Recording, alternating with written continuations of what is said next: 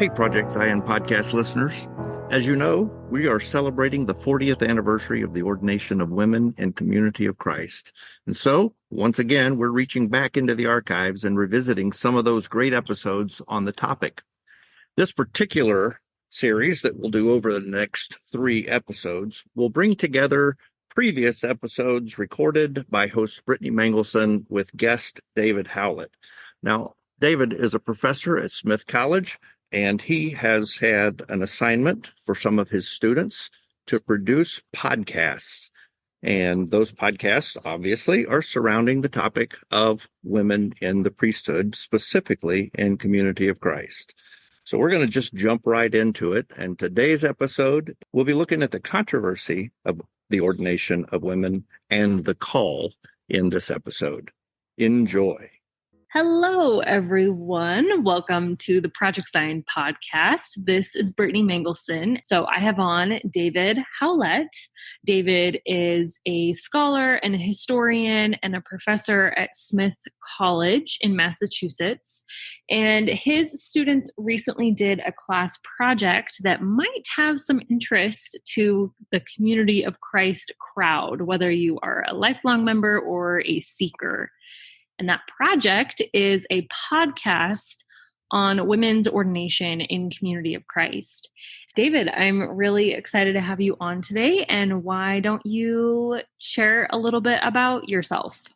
So I'm a visiting professor of religion at Smith College in Northampton, Massachusetts. I'm a scholar of religion in America with interests also more broadly in globalization of Christianity, pilgrimage, and in specifically the history of the Community of Christ in the late 20th century. So I've written about that in books in the past and articles. And this in particular arises partially out of that interest, but also out of a class project where I have pedagogical goals where I'm trying to help students learn things about historical research and other kinds of skills, in this case about how do you write and produce a podcast. This particular project is about women's ordination in Community of Christ, thinking about how did that process in terms of the women's ordination movement originate, what was it like in the 1980s on the controversy over women's ordination, and what were the experiences of women who were ordained. Now, that in itself, it's important maybe to our audience in terms of people being Community of Christ or interested in Community of Christ. They could find something interesting in that particular story. But it's also a story that's larger than that, of talking about late 20th century American Christianity. And in the 70s and 80s, there were lots of fights and denominations about could women be ordained. This is true also of American Jews. This is true of American Buddhists. It's a much larger phenomenon. So it's a phenomenon thinking about who has access to social authority and power and who can be empowered in a community. It goes much, much larger than a relatively small denomination. So, and we see different kinds of responses in denominations everywhere. For instance, the Southern Baptists in the same time period take away women's ordination from women who are already ordained.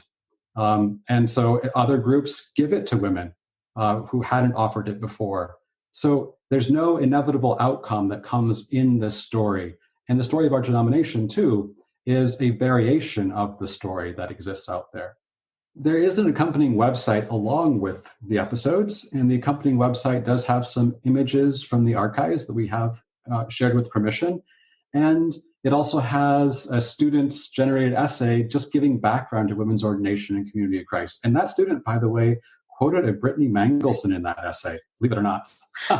I noticed that, actually. So there we go. That student did that research on her own. I didn't point her to that at all. So, I mean, she found that by Googling, and then she's a good writer. And it's intended for someone who has no background in Community of Christ to be able to understand, well, what's going on here, who's just interested in the idea of women's ordination. Yeah. So the website helps situate that a little bit more, too. Yes, and we will be sure to link that website in the show notes so you can get more background information on the project. And yeah. Thank you so much, David. Thank you for joining us in this collaboration. I'm really excited about it. Well, thank you for hosting us and giving us this opportunity.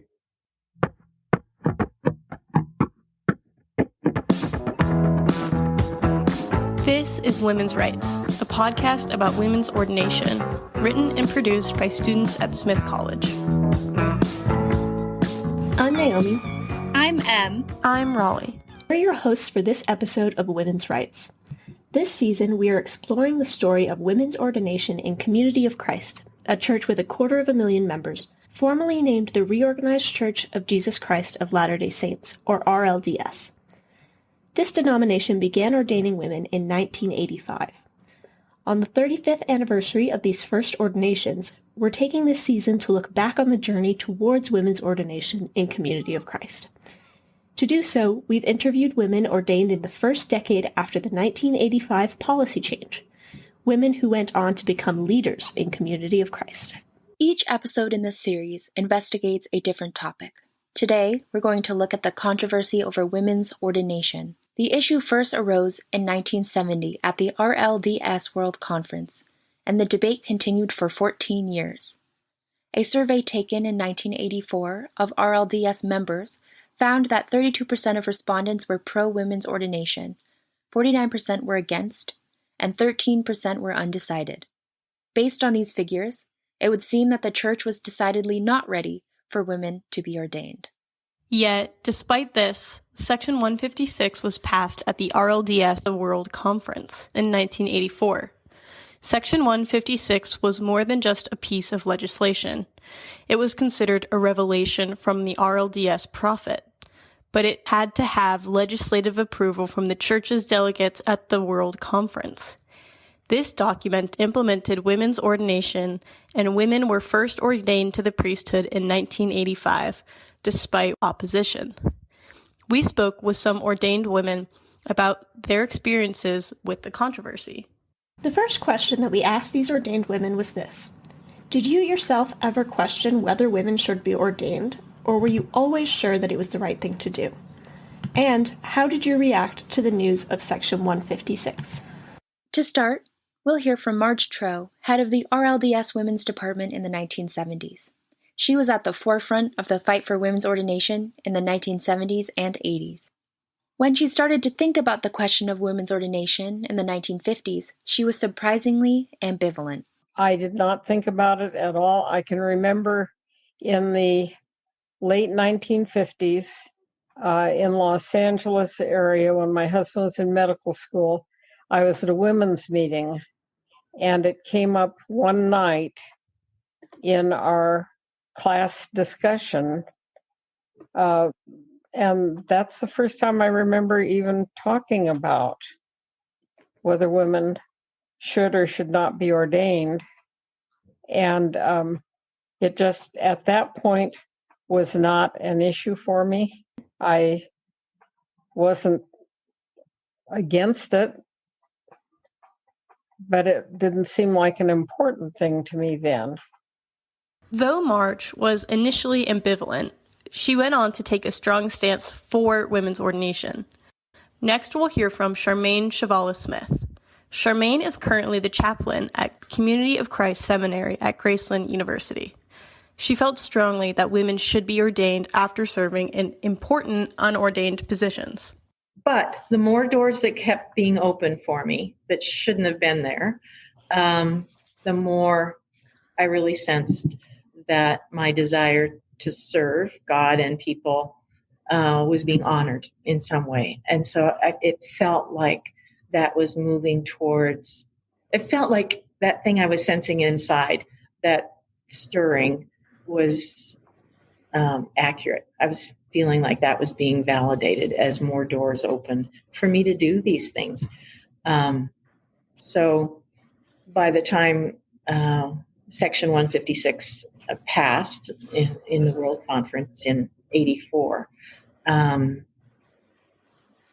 would say by that point I felt quite strongly that I was responding to God's call. I still wasn't sure if that would result in ordination for me. So Charmaine was sure that women should be ordained, but she wasn't sure that she should be ordained, and if she wasn't, she was happy to serve as an example of how women could participate in unordained ministry.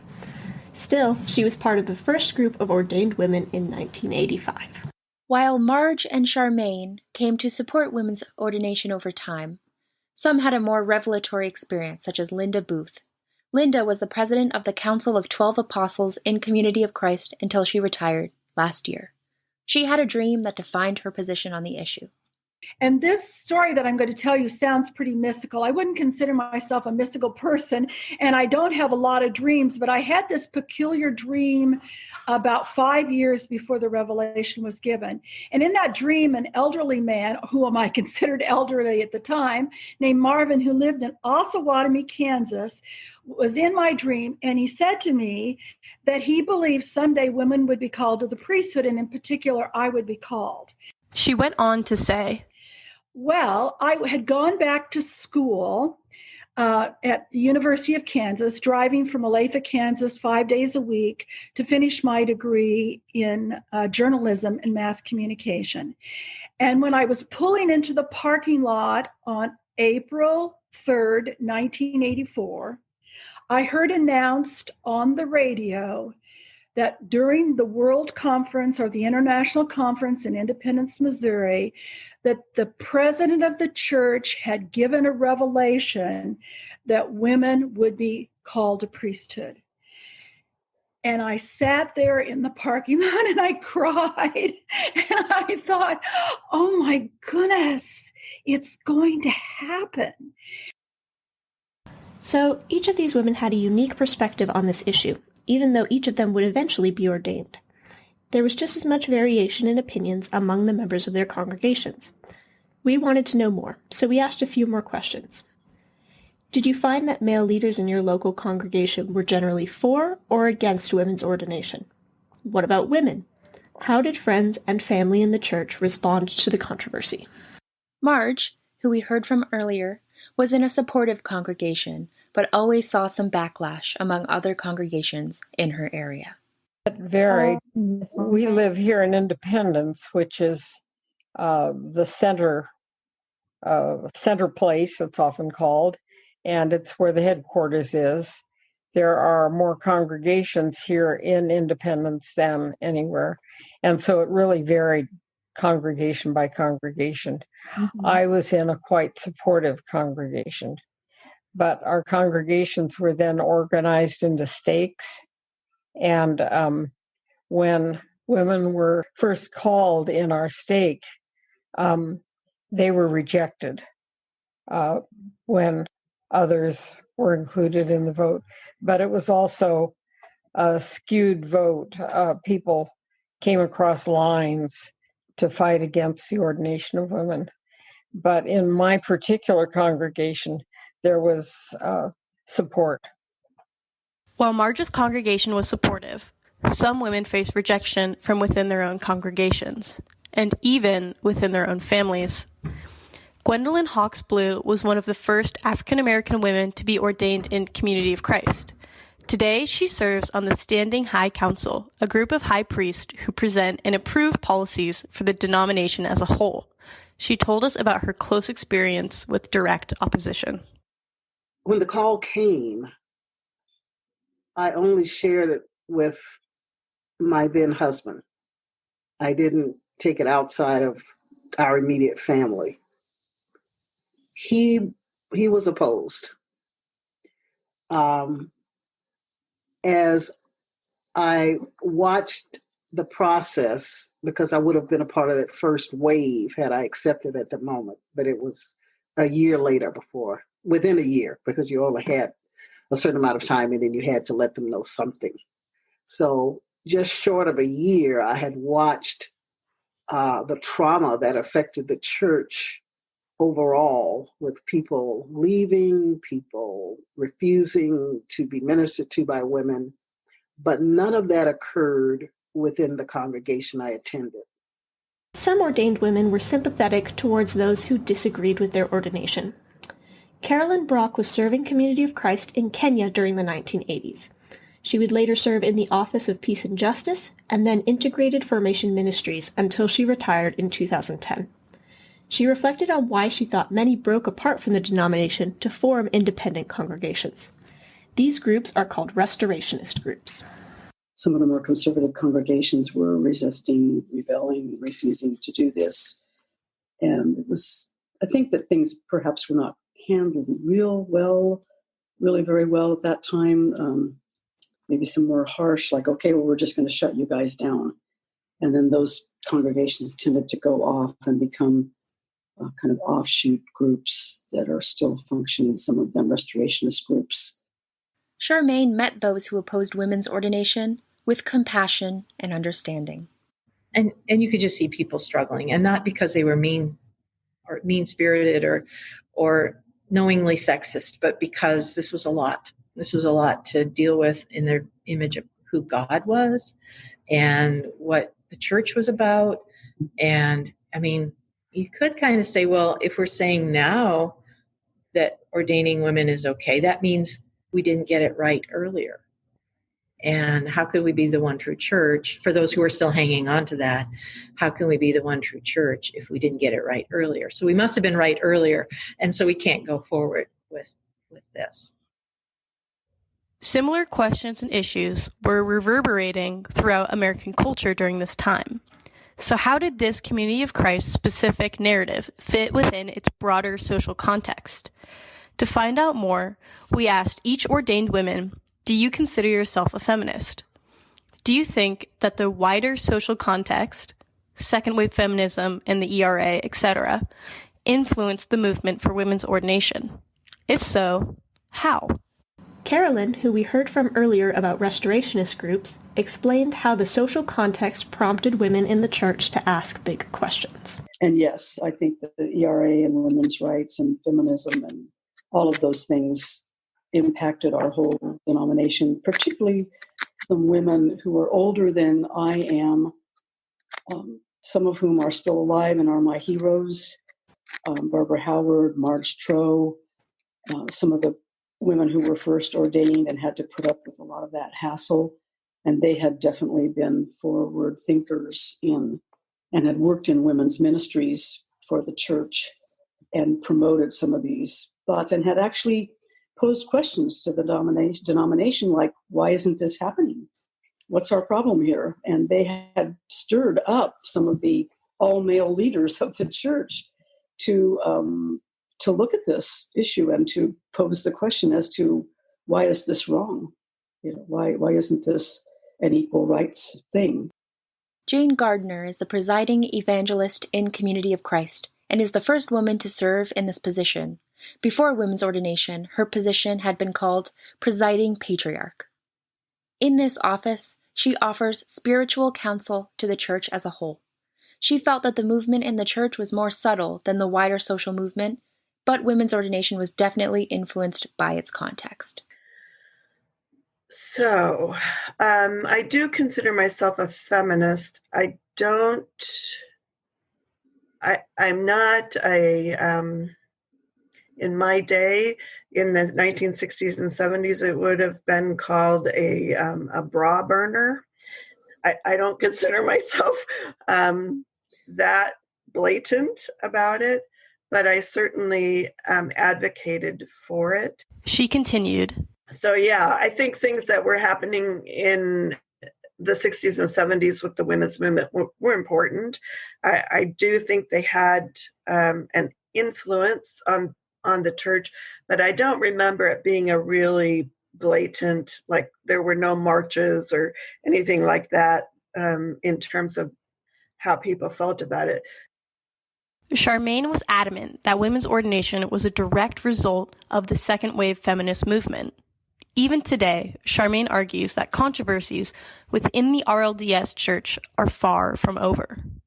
There are always new barriers to break in regard to inclusion and leadership. We're deeply indebted as a church to the cultural movements around us, particularly at that time, but today as well.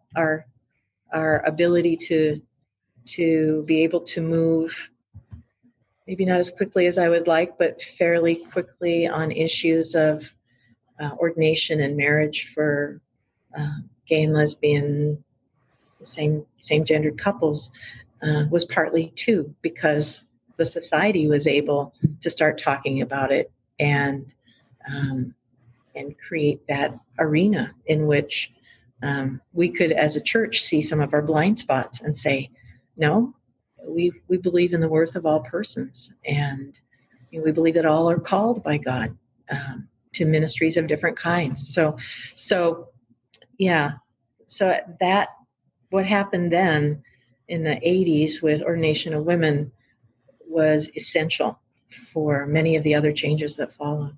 From Linda Booth to Charmaine Chvala-Smith, it is apparent that Section 156 and the controversies which came with it affected women in the RLDS Church deeply and uniquely. Some women talked about how they went from ambivalent to pro-women's ordination over time, while others had single moments that defined their perspective on the issue. While some women had supportive families and congregations, others faced painful opposition from other church members and loved ones. Additionally, they all considered themselves feminists to varying degrees. Based on Charmaine's concluding thoughts, the passing of Section 156 was just the tip of the iceberg in the fight for full inclusion for all in Community of Christ.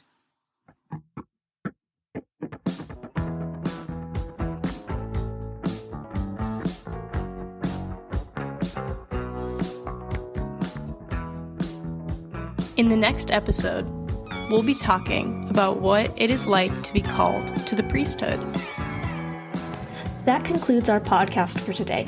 Special thanks to Marge Troe, Charmaine Chvala-Smith, Linda Booth, Gwendolyn Hawkes-Blue, Carolyn Brock, and Jane Gardner. Also thanks to Dan Bennett, Travis Grandy, and Yasmin Eisenhower of the Smith Learning, Research, and Technology team. Thanks to Rachel Kilbrew of Community of Christ Library Archives. And thanks to the Andrew Mellon Foundation that supports public-facing student writing at Smith College.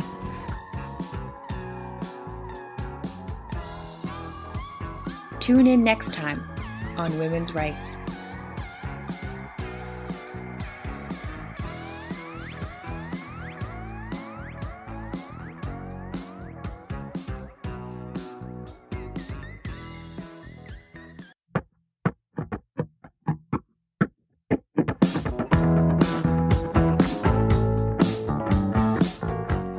This is Women's Rights, a podcast about women's ordination written and produced by students at Smith College.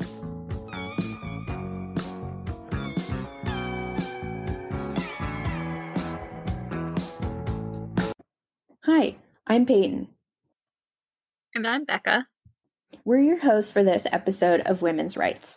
This season, we're exploring the story of women's ordination in Community of Christ, a church with 250,000 members and formerly named the Reorganized Church of Jesus Christ of Latter-day Saints. This denomination began ordaining women in 1985, and on the 35th anniversary of these first ordinations, we're taking this season to look back on the journey towards women's ordination in Community of Christ.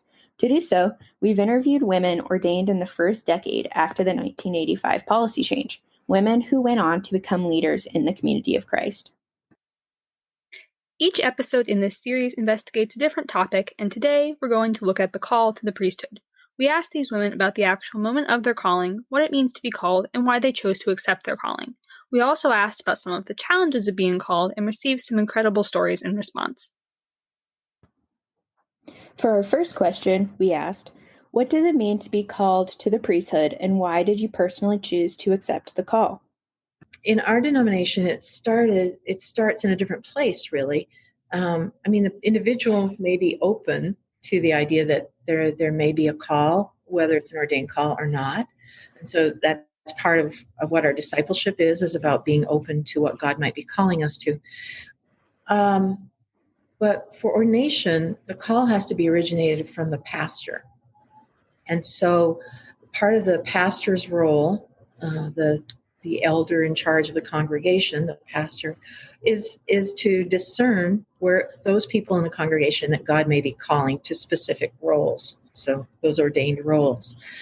And so the pastor discerns where there might be a call for someone and then sends that call up the chain as far as the administrative chain, and then sends it like to the mission center president or to World Church, to make sure, first of all, that there aren't any concerns about this person.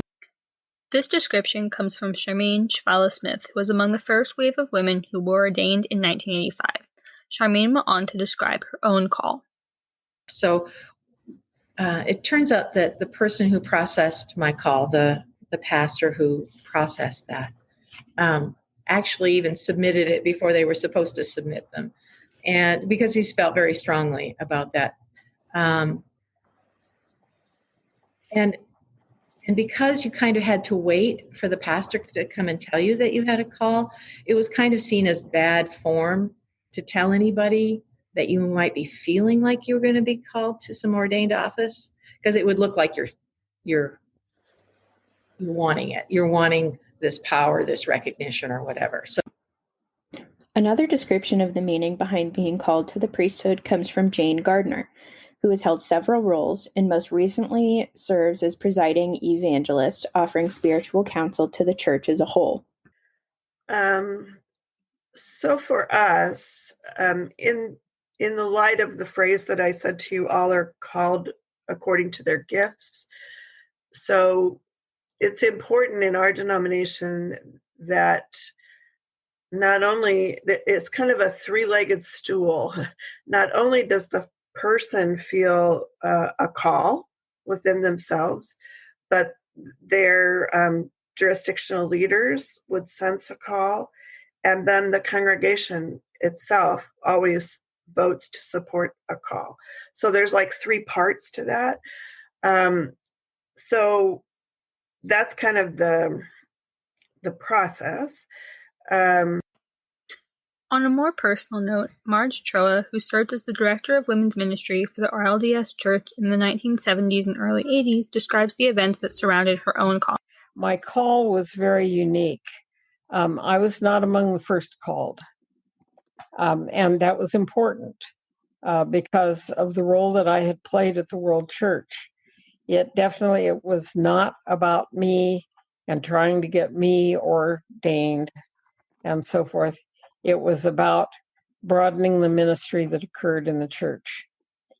And so one of the things that the Women's Commission had worked on was a definition of ministry.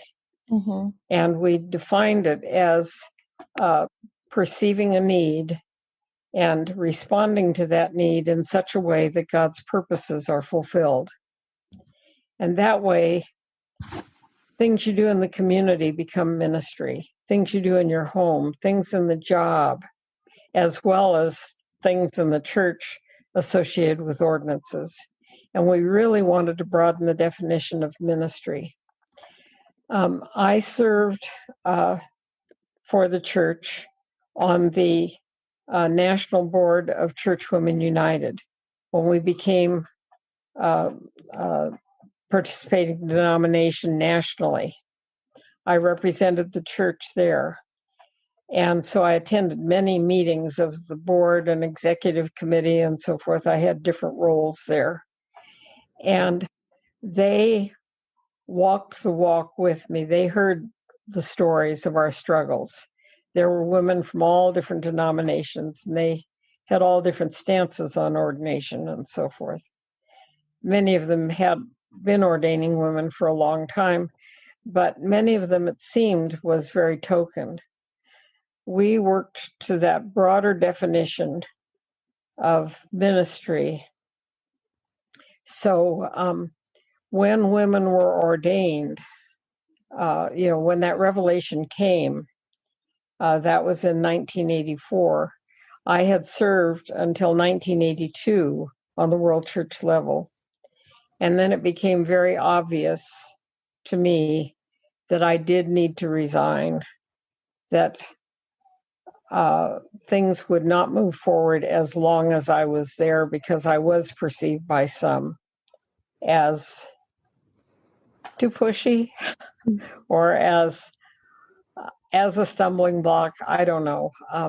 And it became with some that they couldn't even hear what I was saying on any subject without focusing it back into for women.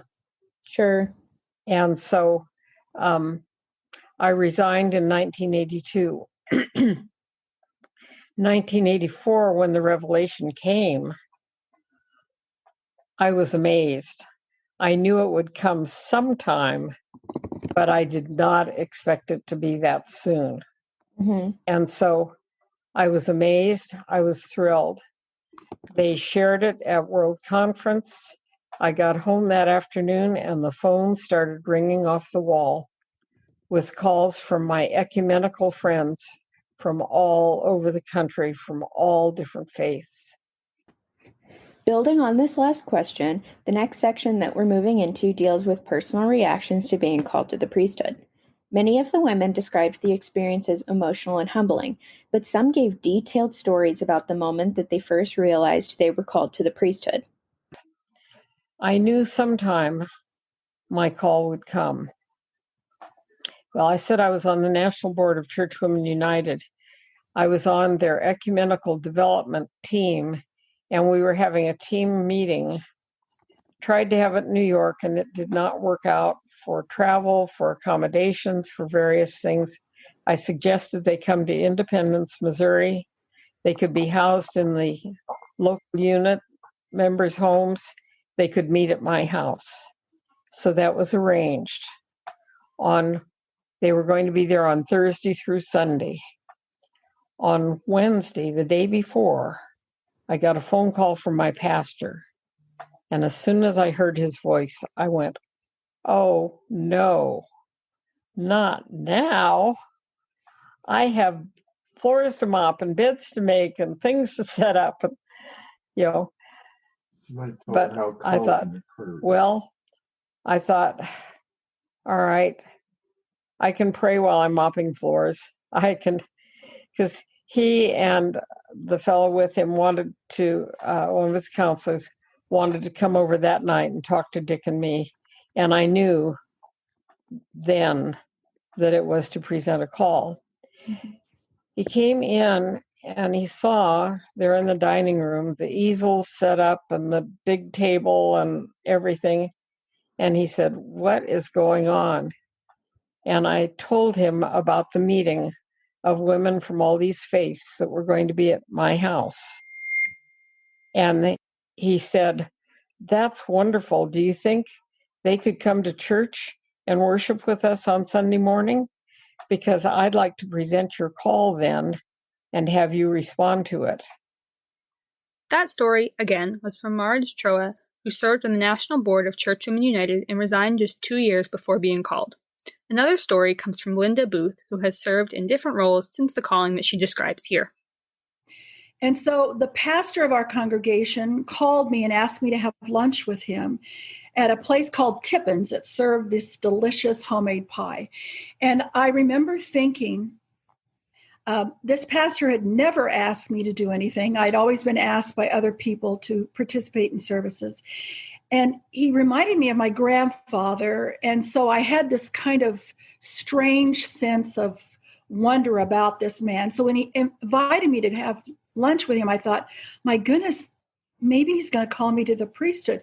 So we sat there during lunch, and instead of calling me to the priesthood, he said, Linda, I believe you've been running for priesthood. And as a result of that, I'm not calling you.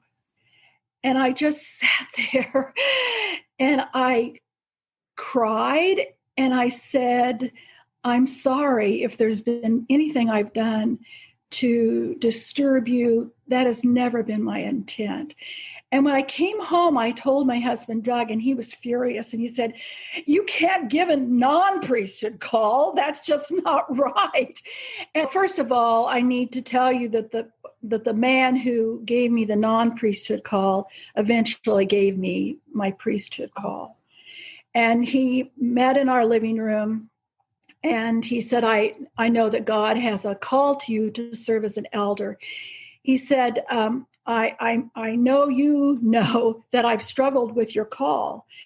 He said, you've always been on the forefront of women's ministry.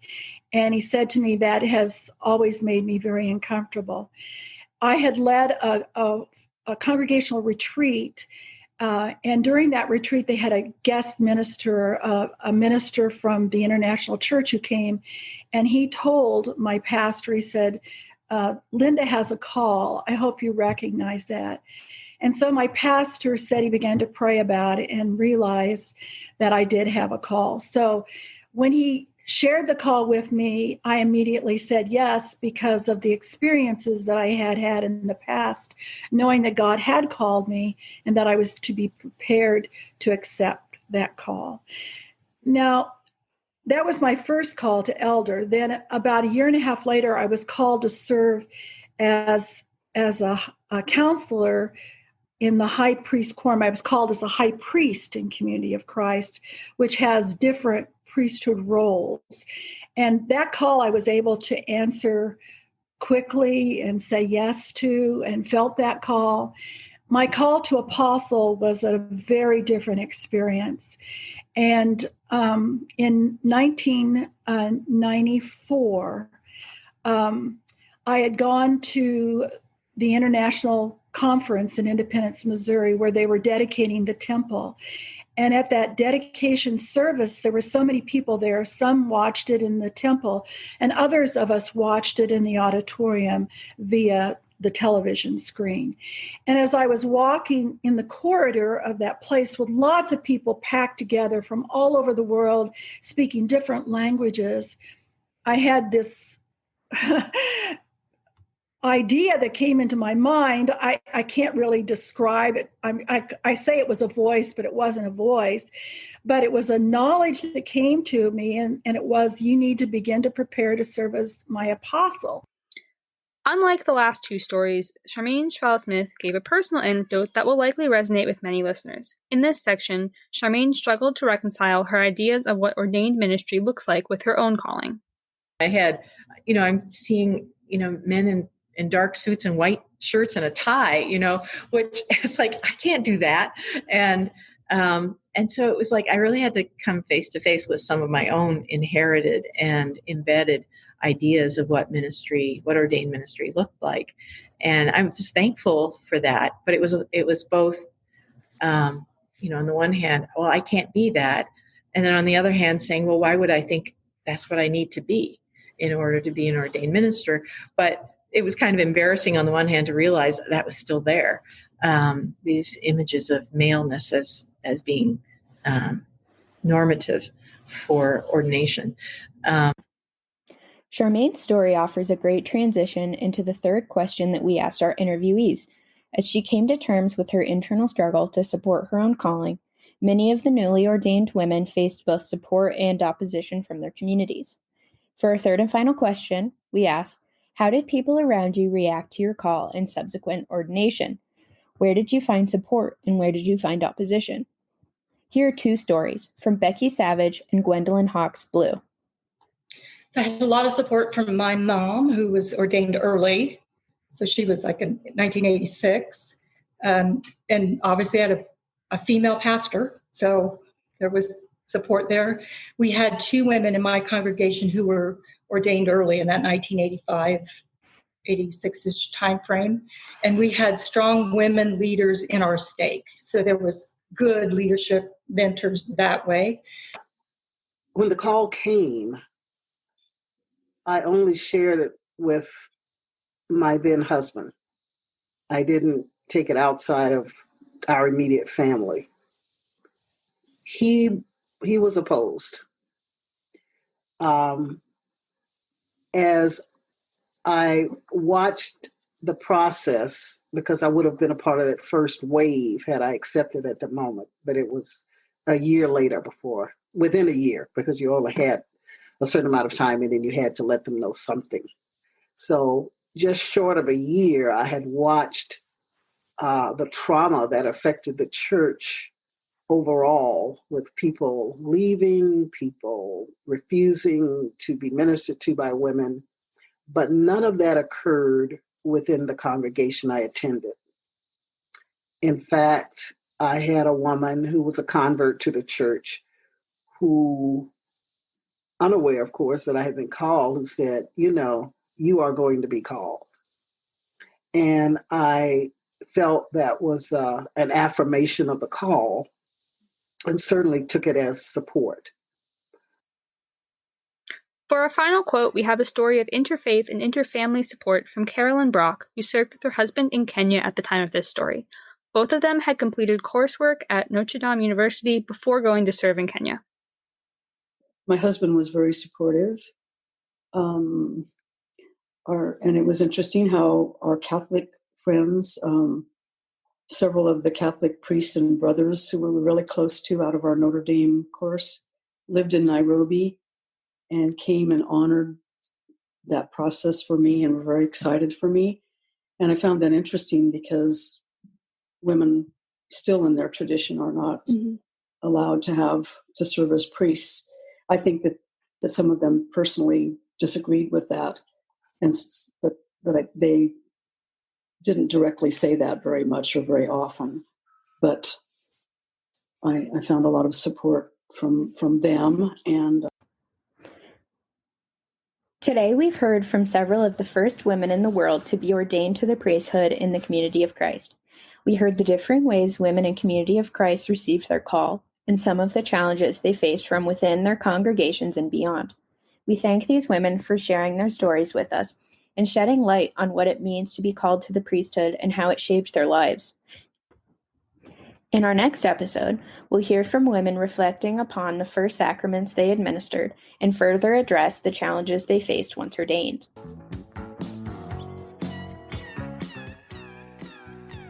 That concludes our podcast for today. Special thanks to Charmaine Schwala-Smith, Jane Gardner, Marge Troa, Linda Booth, Becky Savage, Gwendolyn Hawksblue, and Carolyn Brock. Also, thanks to Dan Bennett, Travis Grandy, and Yasmin Eisenhower of the Smith Learning Research and Technology team. Thanks to Rachel Kilbrew of Community of Christ Library Archives, and thanks to the Andrew Mellon Foundation that supports public-facing student writing at Smith College. Tune in next time on Women's Rights.